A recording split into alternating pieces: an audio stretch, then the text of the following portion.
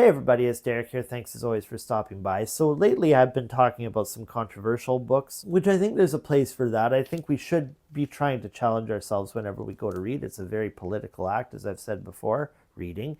I want to talk about this book because I'm very interested in what's going on to the Palestinians right now. So let's get right into it.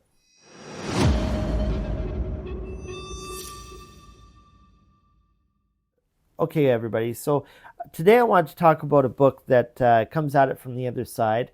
I am generally on the side of the Palestinians. Well, I'm on the side of the truth, and that commits me to be with the Palestinians. This book is called Letters to My Palestinian Neighbor. It was written by Yossi Klein Halevi, who's a frequent contributor to many publications and pretty frequent commentator on all the main platforms. I've seen a lot of his books around. It was a challenging read for me because I could see a lot of ideology and, just a lot of the same old talking points that the Israeli side of the argument tends to bandy about. And it gets really threadbare and irritating to hear the same defenses over and over and over again, and it's simply not it's defenseless. You can't justify the war crimes that Israel has perpetrated. I mean, even if you're kind of intimidated by the historical record, if you're not willing to look into the history and it's it seems very overwhelming, I can understand that. But here's what's not overwhelming. Here's what's not complicated. But let's just look in the past 20, 30 years. And let's stack up the number of dead bodies. Let's stack up the number of atrocities that have been committed by Hamas, or let's even extend to the whole Palestinian side, by the PA and the PLO before them. Let's extend all of that. Let's just stack up the war crimes that have been perpetrated by both sides. Let's look at the relative living conditions of both sides. Let's just compare the record. I think even on that front, you will come to the right conclusion. Bombing of hospitals is not justified. Bombings of mosques is not justified. Bombings of holy archaeological sites is not justified. Bombing of, carrying out a genocide overwhelmingly against children, because in Gaza, the population of over 50% is under the age of 18. That's not justified. Let's even grant that it was the biggest attack against the Jews, which I dismiss that this is a war against the Jews. That's a whole other nonsensical thing, that when Israel says that anything bad that happens to Israel, it's against the Jews. Because who the hell gets the right to define the character of the denizens within a particular area, and then to simultaneously claim to be an open democratic state, a pluralistic state, a tolerant state? Which is it? I'm just getting really, really irritated and worn out by that side of the argument. This was written back in 2019.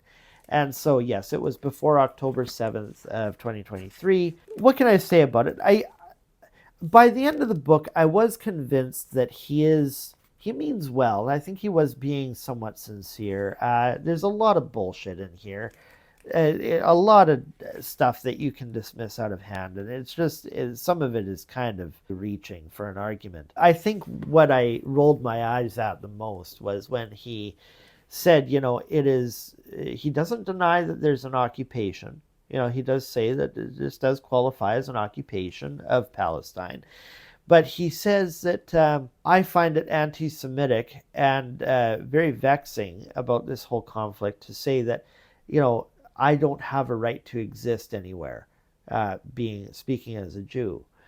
And it's just like, come on. Nobody is saying that Israelis are criminals for merely existing on a land. There have been many attempts to resolve this. To this day, the codified settlement, which still stands, they can implement it at any time. The solution that the international community that is backed by Palestine for the settlement of this conflict is surprisingly simple.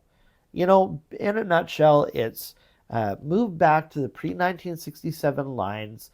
Don't put Palestinians under this concentration camp style blockade and occupation. Let them have autonomy, political autonomy, extend them the same civil rights that you extend to Israelis, and treat the violence that does rise up every now and then for what it is. It's a domestic law enforcement problem. This should be handled how any state handles domestic law enforcement issues, and sign on to some sort of truth and reconciliation model. That's basically the solution. It's on the books. It's been there since 1997, and the international community has overwhelmingly supported this as the main way that we're going to ever get peace in the Levant. And the only detractors from it, the consistent votes against this solution, is Israel, the United States, and a few small islands, abstentions, I believe, in the South Pacific. It's a simple solution. So yeah, Yossi Halevi, if you're going to conflate all of that with somehow your existence being a criminal act, like, that's pretty tawdry reasoning in my mind. What is criminal about Israel's existence is they're not signing on to that, and their consistent violation of international law and the human rights of Palestinians. For the first little bit, he comes off extremely patronizing. It's really only until you get about to there that it becomes, his sincerity becomes a little more pronounced, and I give him a little bit more of a pass on some of his otherwise kind of shameless bias. Another thing that he raises in here is, I had to roll my eyes when he said this. He says, is it the occupation that creates the terrorism, or is it the terrorism that creates the occupation? He's talking about essentially the blockade that went up over Gaza in particular, especially after the voting in of Hamas in 2005, and how there's a blockade almost immediately, and then all of these breaking of ceasefires and military operations that Israel had conducted against Gaza in particular. And he says, but it's the terrorism that justifies that brutal occupation. Well, that's a real chicken and egg kind of way of portraying the situation. What was there first? Hamas is a phenomenon that arose in the late 80s, okay? Israel's occupation, if we had to arbitrarily set a date, it was 1948. And then it was 1947 with the partition before that. And then it was the British Mandate before that in 1917. And then it was the Sykes-Picot Agreement before that in 1916. These are the steady encroachments on Palestinian life and autonomy and sovereignty. And so therefore, to ask this as if it's a rhetorical question, that is it the occupation that creates the terrorism, or is it the terrorism that creates the occupation?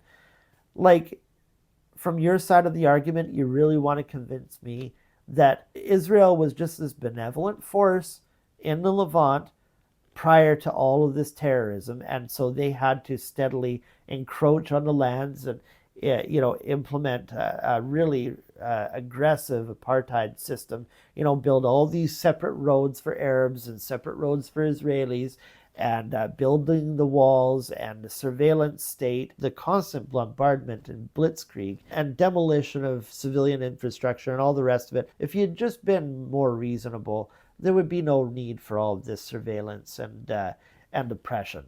Like, I'd say that claim was probably even more embarrassing than the one I just went over a couple minutes ago. So this book is kind of full of that. It's a lot of this. My dear neighbor, I really respect your religion, and there's a lot of overlap here, and I think that we could have peace if we just, if we came back to the negotiating table. There was another thing too. He also said, I had to just sort of roll my eyes, because he referred to how Israel is so trepidatious in coming back to the negotiating table with Palestinians because of all of the goodwill and all of the, well-intentioned dialogue that happened around Oslo, just to be thrown out in the year 2000, with the final Oslo agreement being rejected by Arafat. Pardon me, guys, I meant to say the Camp David summit in 2000 that was rejected, although I am broadly referring to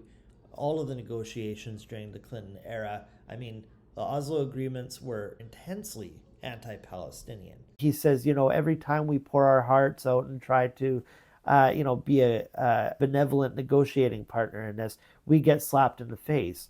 It's like you're going to act like that was just a benevolent negotiation and you were making all the beautiful concessions to Palestinians and they just weren't willing to do anything. They weren't really willing to work with you. I mean, that is historical revision. It's just shameless. Like, the Palestinians won almost nothing of tangible significance. It's just that there's a lot of nonsense like that in here. So I think I rated this book around 2 stars.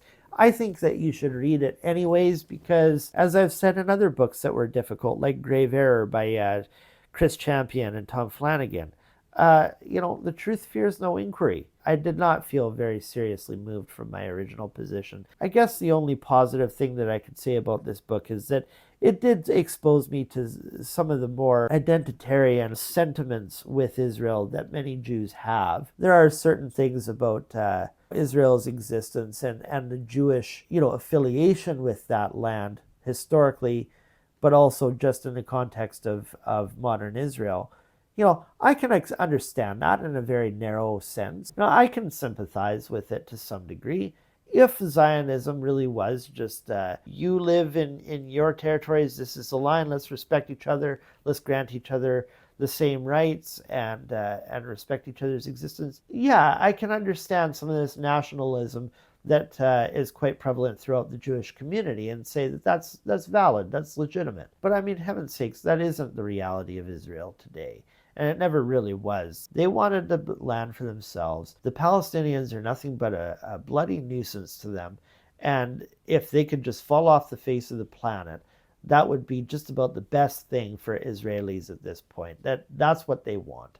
They don't really seriously want to have dialogue with the Palestinian side and work towards a peace. They just don't. And so, yeah, Yossi Klein Halevi, I think that he was profoundly in his own bubble and, gulping down of the uninteresting, tawdry Israeli propagandist lines.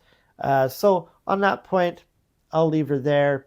2 stars, maybe 2.5 stars at best. Let me know in the comments below what you think of this video, if I've convinced you to read this book, if I've convinced you not to read it, if you have read it, if you're familiar with Yossi Halevi, anything. I'd love to chat with you about it in the comments below. And we'll see you down there. Thanks for stopping by. Hey everyone, I hope you liked this video. If you want more like the one you just watched, click the suggested video on this screen. Make sure you subscribe, and to connect with me on my other platforms, my handles are linked below in the description, alright? Take care, peeps. Till next time.